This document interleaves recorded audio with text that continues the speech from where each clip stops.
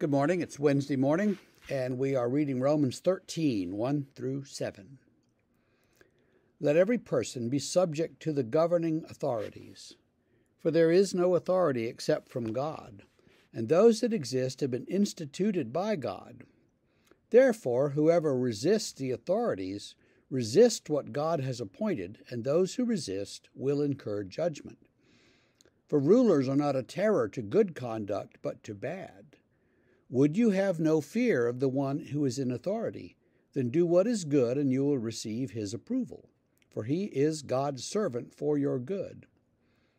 But if you do wrong, be afraid, for he does not bear the sword in vain. For he is the servant of God, an avenger who carries out God's wrath on the wrongdoer.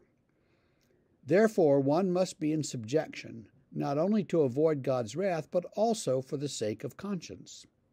For because of this you also pay taxes, for the authorities are ministers of God, attending to this very thing. Pay to all what is owed to them, taxes to whom taxes are owed, revenue to whom revenue is owed, respect to whom respect is owed, honor to whom honor is owed. Well, it's sometimes said that Paul wrote that from prison, and we should keep that in mind. I don't know exactly the timing of that, so I don't know if he was in prison when he wrote that or not, but sometimes that is said. That passage is often used as a justification for obeying the authorities no matter what they say. We have to obey the president and the police no matter what they're doing because they are the authority.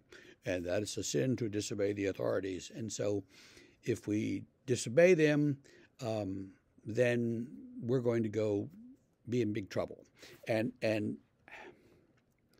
so hear that then if you are a young black man jogging through Brunswick, Georgia, or hear that if you are some other minority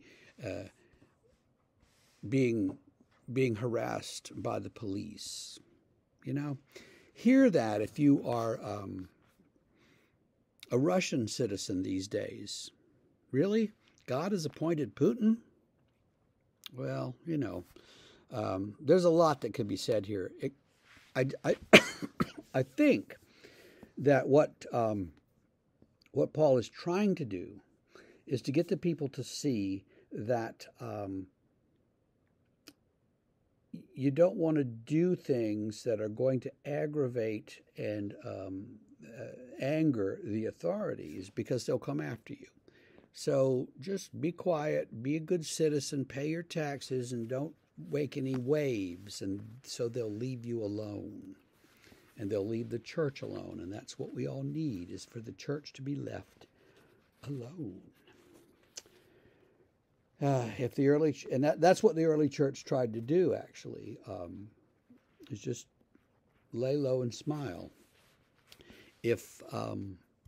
If they didn't lay low and smile, the authorities would be all over them and they'd be in big trouble, and we didn't need that. We didn't want that. We didn't want too much scrutiny, in those days. Nowadays, after Constantine and after the end of Christendom, we have a very different situation, but we still have a lot of people who say, well, we should obey the government, and if the government says this, then we have to do this.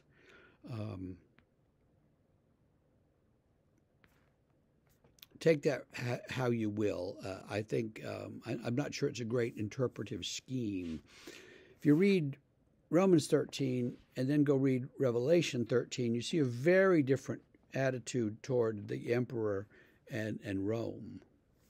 Revelation sees Rome as an angry beast devouring Christians. And Romans, of course, says, we'll do whatever they say.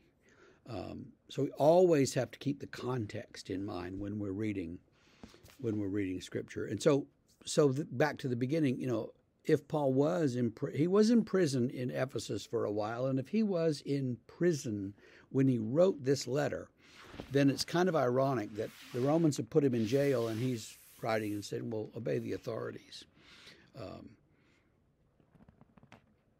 But there is always a point at which we don't obey the authorities anymore, and I think that is one of the messages in the New Testament. And I'll close you with this anecdote.